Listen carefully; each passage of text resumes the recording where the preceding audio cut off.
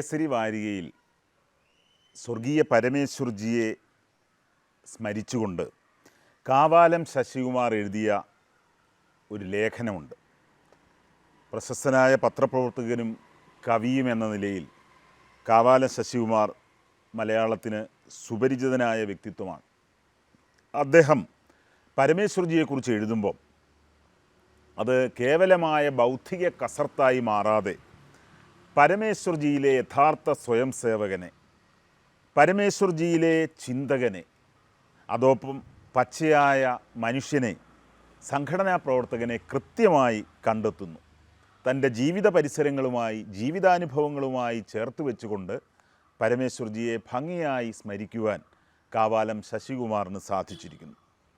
നമുക്കറിയാം, NK ദേശം സമീപകാലത്താണ് നമ്മെ വിട്ടുപിരിഞ്ഞത്. മലയാള കവിതയിൽ പാരമ്പര്യത്തിൻ്റെ സുവർണശോഭ പ്രസരിപ്പിച്ച ദേശത്തെ അനുസ്മരിച്ചുകൊണ്ട് സുരേഷ് ശ്രീകണ്ഠേശ്വരത്ത് എഴുതിയ ഒരു ലേഖനം, അനുസ്മരണ ലേഖനം, ദേശസ്മൃതികളുടെ തെളിച്ചങ്ങൾ നമുക്ക് കേസരിയിൽ വായിക്കാം. ദേശത്തെ നമ്മുടെ സാഹിത്യലോകം വേണ്ട വിധത്തിൽ ആദരിച്ചോ എന്ന കാര്യത്തിൽ സംശയം ബാക്കിയാവും. അദ്ദേഹത്തെക്കുറിച്ച് വേണ്ടത്ര പഠനങ്ങൾ ഉണ്ടായിട്ടുണ്ടോ എന്ന കാര്യം തീർച്ചയായും ആലോചനാ വിഷയമാണ്. തപസ്സിയാണ് സഞ്ജയൻ പുരസ്കാരം നൽകി NK ദേശത്തെ ഏറ്റവും സമുചിതമായി ആദരിച്ചത്. തീർച്ചയായും ദേശം യാത്രയാകുമ്പോൾ മലയാള ദേശവും മലയാള ഭാഷയും കൂടുതൽ അനാഥമാവുകയാണ്. മാതൃഭൂമി ആഴ്ചപ്പതിപ്പിൽ ഇത്തവണ NK ദേശത്തെ സ്മരിച്ചുകൊണ്ട് കണ്ണുകളുടെ കടം ശ്രീകാന്ത് താമരശ്ശേരിയുടെ നല്ല ഒരു ലേഖനമുണ്ട്. ശ്രീകാന്ത് താമരശ്ശേരി സമീപകാലത്ത് എഴുതിയ കവിതകൾ എത്രമാത്രം ചേതോഹരമാണോ അതേപോലെ ഈ അനുസ്മരണ ലേഖനവും മികവുറ്റ നിലയിൽ പര്യവസാനിക്കുന്നുണ്ട്. വളരെ ശ്രദ്ധേയമായൊരു ഭാഷാ സംവാദത്തിൽ പങ്കെടുത്തുകൊണ്ട് അക്ഷരമെഴുതാൻ അറിഞ്ഞില്ലെങ്കിൽ എന്ത് എന്ന ഒരു ചോദ്യം ഉന്നയിച്ച് സോമനാഥൻ P എഴുതിയ ഒരു ലേഖനമുണ്ട്. തീർച്ചയായും നമ്മുടെ വിദ്യാഭ്യാസ മേഖലയിൽ അക്ഷരമാലകളുടെ കടന്നുവരവുമായി ബന്ധപ്പെട്ട് ഇടക്കാലത്ത് അതിനെയൊക്കെ മാറ്റി നിർത്തിക്കൊണ്ട് വഴിപിഴച്ച പരിഷ്കാരങ്ങളിലേക്ക് നമ്മൾ കടന്നുപോയതാണ്. എന്തായാലും വിദ്യാഭ്യാസ ഭാഷാ മേഖലയിൽ പ്രവർത്തിക്കുന്നവർ ശ്രദ്ധയോടെ വായിക്കേണ്ട ചില നിരീക്ഷണങ്ങൾ ഡോക്ടർ സോമനാഥൻ അവതരിപ്പിക്കുന്നുണ്ട്. KA സെബാസ്റ്റ്യൻ്റെയും ബിജു CP-യുടെയും 2 കഥകൾ. നാലാമത്തെ സന്ധ്യ എന്ന കഥ സെബാസ്റ്റ്യൻ്റേതാണ്. ബിജു CP എഴുതിയ പോത്തുകല്ലും കടവ് എന്ന കഥ. 2 കഥകളും നല്ല നിലവാരം പുലർത്തുന്നുണ്ട് എന്ന കാര്യത്തിൽ ഒരു സംശയവുമില്ല. വിശേഷിച്ച് ബിജു CP-യുടെ കഥ, അത് നമ്മുടെ മണ്ണിൻ്റെ ഉണർവ് സ്വാംശീകരിച്ചുകൊണ്ട് വൈദേശികമായ സങ്കേതങ്ങളെയൊക്കെ കൈവെടിഞ്ഞുകൊണ്ട് നമ്മുടെ പുതിയ കഥ ഏതൊക്കെ വഴികളിലൂടെ സഞ്ചരിക്കുന്നു എന്ന് ഓർമ്മപ്പെടുത്തുന്നു. ദൈനംദിന രാഗതാളങ്ങൾ എന്ന PA നാസിമുദ്ദീൻ്റെ കവിത വായിച്ചപ്പം സത്യത്തിൽ കാവ്യദേവത പാതാളത്തിലോ നരകത്തിലോ പോയി ഒളിക്കുന്നതാണ് ഇതിലും ഭേദം എന്ന് തോന്നിപ്പോകുന്നു. നാസിമുദ്ദീൻ നല്ല കവിതകളൊക്കെ എഴുതിയിരുന്നയാളാണ്.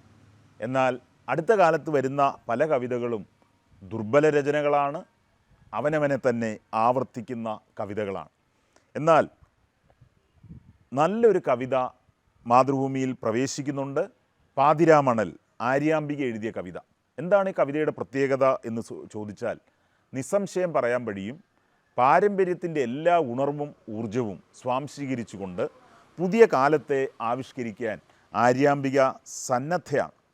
അതുകൊണ്ട് തന്നെ ഈ കവിത വായിക്കുമ്പോൾ എത്ര വലിയ ഒരു ജീവരാശിയുടെ ഒപ്പം നാം സഞ്ചരിക്കുന്നതായി തോന്നുന്നു. ഭൂമി ആരംഭിച്ച കാലം മുതലുള്ള കാമനകളും വിഷാദവും ഏകാന്തതയും ഒക്കെ ഈ കവിതയിൽ സമർത്ഥമായി കടന്നു വരുന്നു. കമറുദ്ദീൻ ആമയം എഴുതിയ വടുക്കൾ എന്ന കവിത മലയാള കവിതയിൽ ഒരു വടുവായി പരിണമിക്കുന്നോ എന്ന് തോന്നിപ്പോകുന്നു. ഇത്തരം മുറിവുകൾ കവിതയ്ക്ക് വരുത്താതിരിക്കാൻ കവികളല്ലാതെ മറ്റാർക്ക് ശ്രദ്ധിക്കാൻ സാധിക്കും? KC നാരായണൻ്റെ അക്ഷരം പ്രതി പതിവ് പോലെ പുരോഗമിക്കുകയാണ് പുതിയ വഴികളിലൂടെ. മലയാളം വാരികയിൽ നമുക്കറിയാം എപ്പോഴും സാഹിത്യത്തിന് നല്ല പ്രാധാന്യം കൊടുക്കുന്ന ഒരു വാരികയാണ് മലയാളം. മലയാളം വാരികയിൽ ശ്രദ്ധിക്കേണ്ട ചില രചനകളുണ്ട്. എന്നാൽ അങ്ങേയറ്റം ദുർബലമായൊരു കവിത കണ്ടു. എഴുതിയത് എം ലീലാവതി. മലയാളത്തിൽ ഇത്രയേറെ കവിതകൾ വായിച്ച, ഇത്രയേറെ നിരൂപണങ്ങൾ എഴുതിയ മഹതിയായ ഒരു എഴുത്തുകാരി കാവ്യമേഖലയിലേക്ക് പ്രവേശിക്കുമ്പോൾ അത് സാധാരണയിൽ നിന്ന് ഉയരുന്നില്ല എന്ന് സങ്കടത്തോടെ പറയട്ടെ. നിരൂപണ മേഖലയിൽ ചുവടുറച്ചവർ കവിതയുടെ വഴിയിൽ സഞ്ചരിക്കുമ്പോൾ ചുവട് ഉറയ്ക്കണമെന്നില്ല. ശ്രദ്ധിക്കേണ്ട ചില ലേഖനങ്ങളും ഇത്തവണ മലയാളം വാരികയിലുണ്ട്. തീർച്ചയായും അന്തർവാഹിനിയുടെ ഉപമ എന്ന എം കെ ശ്രീകുമാറിൻ്റെ നല്ല ഒരു പഠനം മലയാളം വാരികയെ സമ്പന്നമാക്കുന്നുണ്ട്. ഈ പഠനത്തിൽ ഈ സന്തോഷ് കുമാറിൻ്റെ വളരെ ശ്രദ്ധിക്കപ്പെട്ട കഥ നാരകങ്ങളുടെ ഉപമ, ആ കഥയെ വളരെ സൂക്ഷ്മമായിട്ട് എം കെ ശ്രീകുമാർ പഠിക്കുന്നുണ്ട്. ഒറ്റക്കഥാ പഠനത്തിൻ്റെ നല്ല മാതൃകയായി ഇത് മാറിത്തീരുന്നുണ്ട് എന്ന കാര്യത്തിൽ ഒരു സംശയവുമില്ല. ആ വഴിയെ മുന്നോട്ട് സഞ്ചരിക്കുവാൻ തീർച്ചയായും ശ്രീകുമാറിന് എല്ലാവിധത്തിലുള്ള ഭാവുകങ്ങളും ഞാൻ നേരുകയാണ്.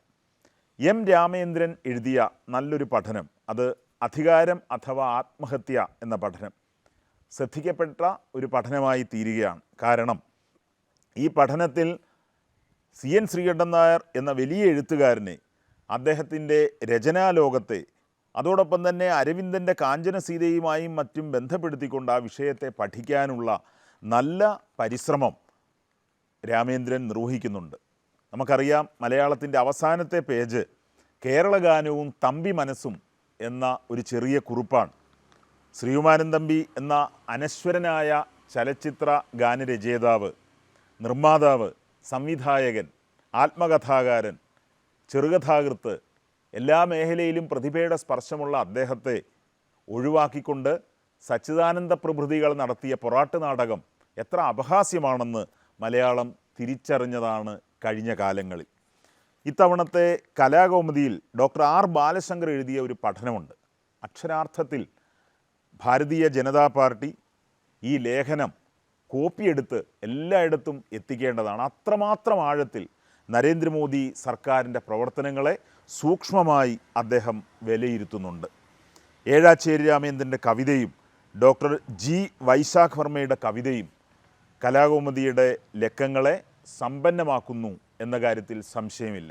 തീർച്ചയായും നമ്മുടെ ആനുകാലികങ്ങൾ പതിവ് ചിട്ടകളെ പലപ്പോഴും അതിവർത്തിച്ചുകൊണ്ട് മുന്നോട്ട് പോകുന്നു എന്നത് സന്തോഷം നൽകുന്ന കാര്യമാണ്.